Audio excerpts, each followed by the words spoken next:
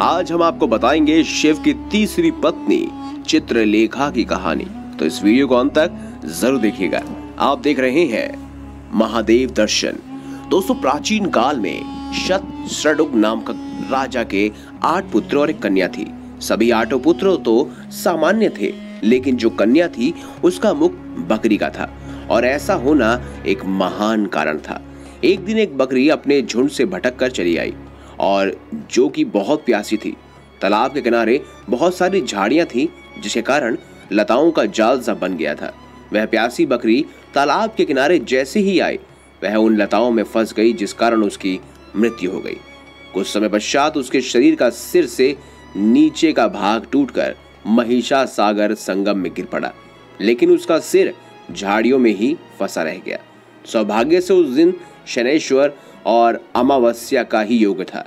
जो शरीर उस बकरी का महिसागर के जल में गिरा था, उस तीर्थ के प्रभाव से वह बकरी सिंगल देश के राजा शतसृडुग के पुत्री हुई, और उसका मुख बकरी का ही रहा। बाकी सभी अंग अत्यंत सुंदर था। समय बीतने के साथ वह कन्या युवावस्था को प्राप्त हुई, तो एक दिन उसने दर्पण में अपना मुख देखा। दर्पण देखते ही उसे अपने पूर्व जन्म का स्मरण हो गया। वह कन्या स्तंभ तीर्थ पहुंची और लताओं में जाल में फंसे हुए पूर्व जन्म के सिर को ढूंढकर उसका दाह संस्कार करके हड्डियों को महिसागर में फेंक दिया। तब उस तीर्थ के प्रभाव से उस कन्या का मुख चंद्रमा के समान कांतिमान हो गया, जिसे देखकर सारे देवता दानव राजा ने उस कन्या के साथ विवाह करने की जिद करने लगे। तब उस कन्या ने विवाह करने से मना कर दिया और शिव की तपस्या करने वन में चली गई। 1 वर्ष पश्चात कन्या की तपस्या से प्रसन्न शिवजी ने कन्या को साक्षात दर्शन दिए और वर मांगने के लिए कहा।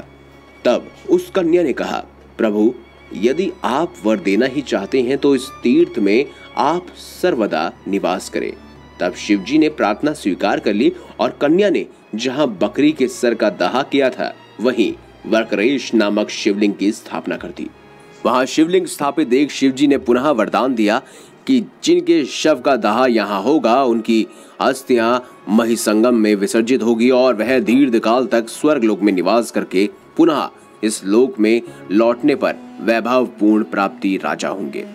दोस्तों, कहा जाता है कि वह कन्या स्तंभ तीर्थ में रहकर तपस्या करने लगी, और कुछ वर्ष पश्चात कन्या के 8 भाइयों से 9 पुत्र उत्पन्न हुए, जो बुद्धिमान और पराक्रमी थे। एक दिन वह सब उस कुमारी के पास आकर बोले, बुआ, आप हमारी कुल देवी हो, हम पर कृपा करो, और हम लोग 72 भाई हैं, और हमारे पास 8 खंड है।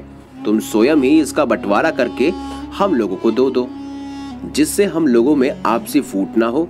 और उन सभी के ऐसा कहने पर उस कन्या ने अपने हिस्से के राज्य का भी बराबर बंटवारा कर दिया, और स्वयं महिसंगम के गुप्त क्षेत्र में रहकर शिव का पूजन करते हुए महान व्रत का पालन करने लगी।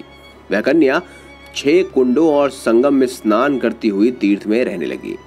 उसे कुछ समय बाद ही कार्तिकेय का मंदिर बनवाया गया, जो कि पुराना हो चुका था। तो उस कन्या ने उस मंदिर के स्थान पर स्वर्ण मंदिर का निर्माण कराया, जिसे प्रसन्न होकर शिव जी कामरेश्वर लिंग में साक्षात प्रकट होकर बोले, हे भद्रे, तुम्हारी भक्ति से मैं अत्यंत प्रसन्न हूँ। तुमने इस जीर्ण मंदिर का उद्धार किया है, इसीलिए अब मैं तुम्हारे नाम से जाना जाऊंगा। भद्रे, अब तुम्हारा अंतकाल समीप आ गया है। जिस स्त्री ने आजीवन पति का वर्ण नहीं किया है, अर्थात अविवाहित रही है, उसे स्वर्ग और मोक्ष की प्राप्ति नहीं होती। इसीलिए तुम मुझे अपने पति रूप में ग्रहण करो। शिवजी के ऐसा कहने पर उस कन्या ने शिवजी को अपना पति स्वीकार किया, और उनके साथ रुद्रलोक चली गई, जहां पर पार्वती ने उन्हें हृदय से लगाया और बोली, हे शुभे, तुमने पृथ्वी को हिस्से में बराबर बांटकर चित्रलिखित सा कर दिया है, इसीलिए आज से तुम चित्रलेखा नाम से प्रसिद्ध होगी, और अब तुम मेरी सखी बनकर यहाँ प्रसन्नता पूर्वक निवास करोगी। दोस्तों, ये थी शिवजी की तीसरी पत्नी चित्रलेखा की खास कहानी। आशा है आपको वीडियो अच्छी लगी है। वीडियो अच्छी लगी है तो लाइक करें, चैनल को सब्सक्राइब करें, और ज्यादा से ज्यादा शेयर अवश्य करें। मिलेंगे अगली बार एक नई खास वीडियो के साथ। तब तक के लिए बहुत बहुत धन्यवाद।